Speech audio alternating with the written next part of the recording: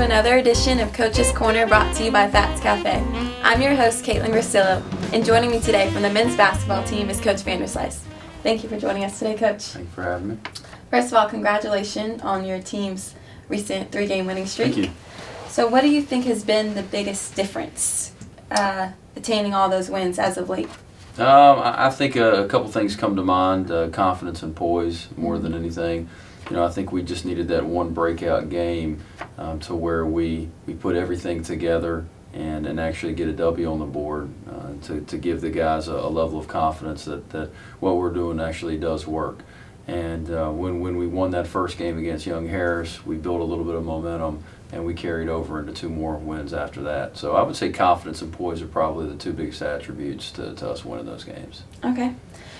And do you think your team gets any more hyped up for these division leader games more than anyone else, seeing that you've knocked off the East and West division leaders in the last week? Or is it just like any other game? Well, I mean, coaches will try to treat it like any other game. I mean, that's what we have to do because I think that's the right way to handle it. But of course, you know, it goes without saying, players know the teams that are tops of the conference, the bottom of the conference, and the middle of the pack. And so, you know, I think that the players understand that each game has its own level of importance, especially the situation we're in. But yeah, of course, I mean, when you're playing a division leader, there's an extra level of focus and energy I think that the players do bring, right. Whether it's right, wrong, or indifferent.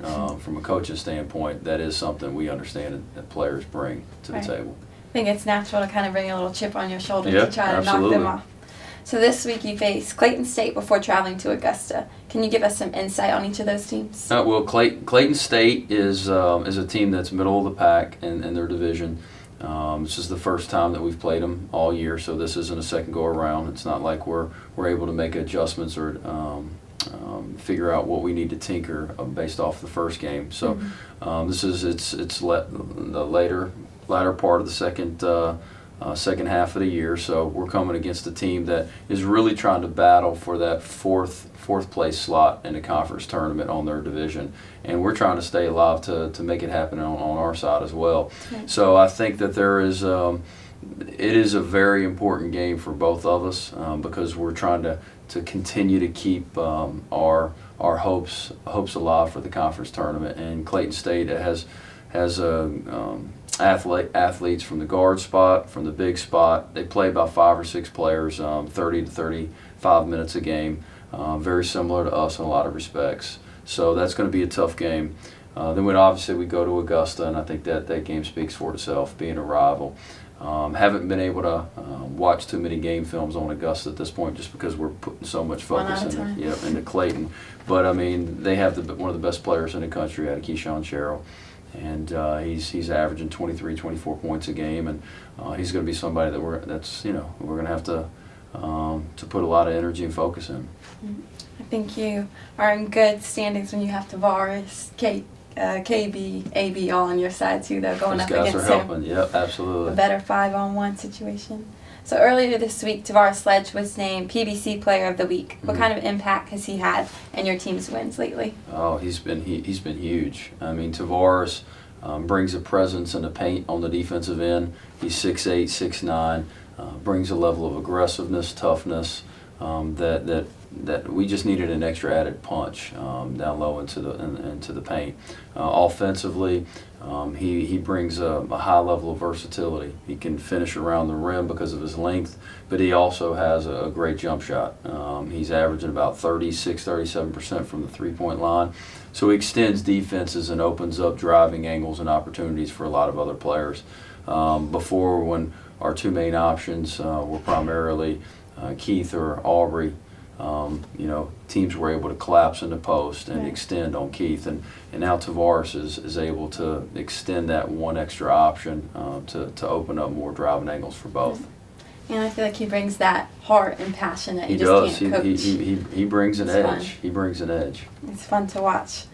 So the past couple of games, Kyle Buffkin has seen more time on the court and has done fairly well. What's been the biggest change in him lately?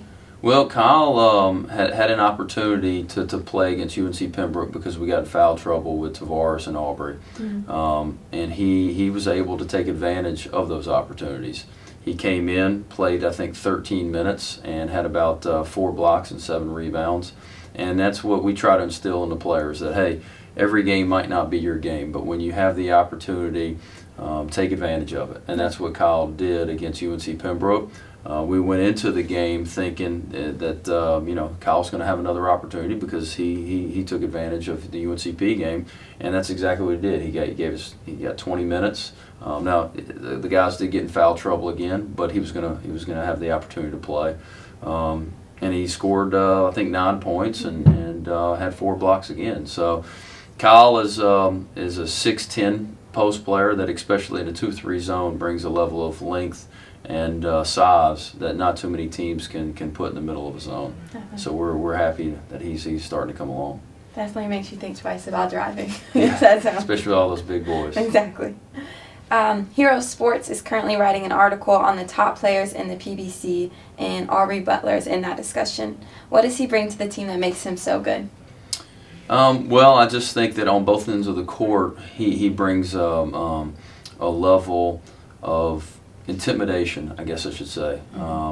He's averaging, I think, the most blocks in the conference right now. So when you have a player in the paint defensively that averages as many blocks as he does, he doesn't necessarily get enough credit for all the shots he alters when teams drive, because that presence is known.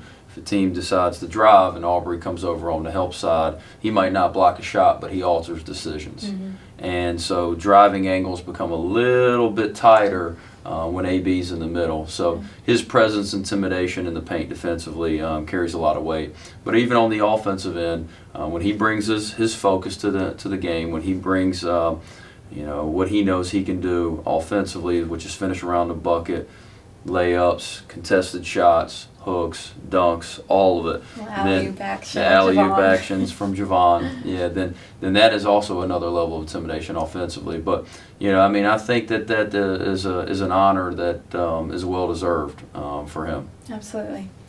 Now back to DeVaris, another big shot on the team. Roles have been adjusted a little bit since his addition. How's the team handled that, and can you talk about the changing of each person's roles? Well, I think the attitude of each of the players has been great, but it's one thing to have a great attitude, but it's also it's another thing to actually physically be able to make that adjustment. So when Tavares came back, he's been averaging about 36 or 37 minutes a game. Not only does that take minutes away from other players, it also adjusts the starters' minutes as well.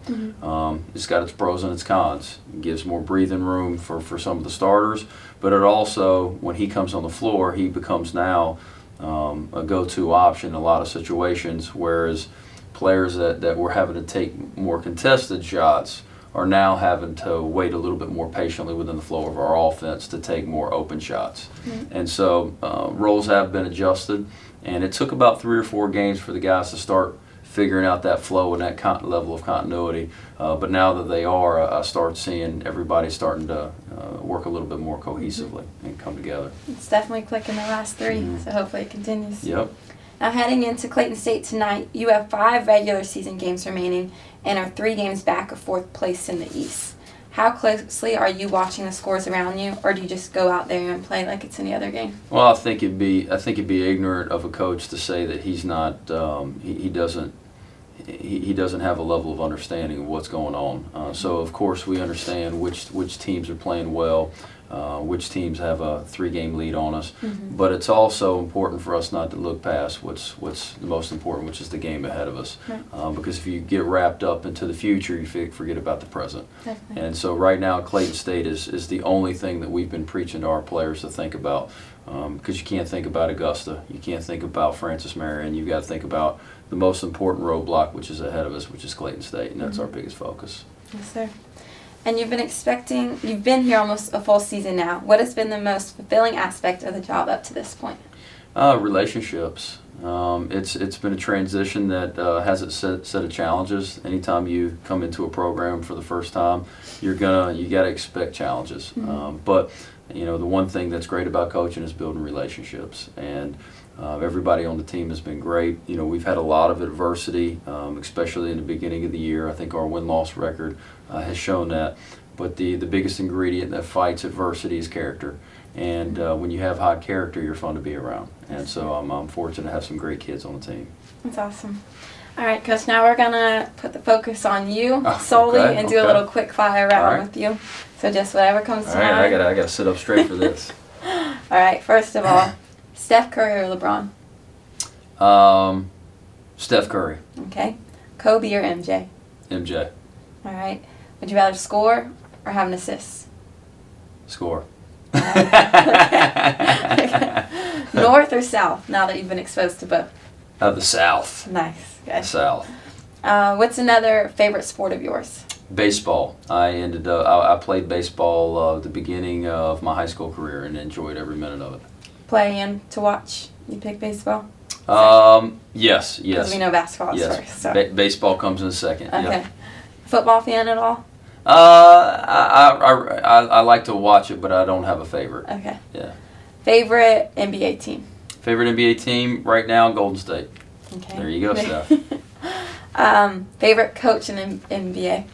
Popovich. All right. Not a Kerr fan. Okay. Mm-hmm. And last but certainly not least, in one-on-one, you or Coach Jake? In 101, me or Coach Jake? Well, are we playing make it, take it? Do I get the ball first? Okay, so you have ball first. You have ball first. So if I get the ball, are we going to 1? 10. If we're going Ones and twos. If we're going to 10 1s and 2s, Nope. I'm going to give it to Coach Jake. But if I can determine the outcome by saying it's 2-1 and I got the ball first, I think I got a shot. Are you going for the 3 or drive? I'm not gonna disclose that type of information because I want to win. All right. Okay, we'll have to set that up next time. Good question. I like that. Well, thank you so much for joining us today, Coach, and Thanks I for wish you having the me. best of luck tonight. Appreciate it. Thank you. That wraps up another edition of Coach's Corner brought to you by Fats Cafe. I'm your host, Caitlin Grasillo. Thank you for watching.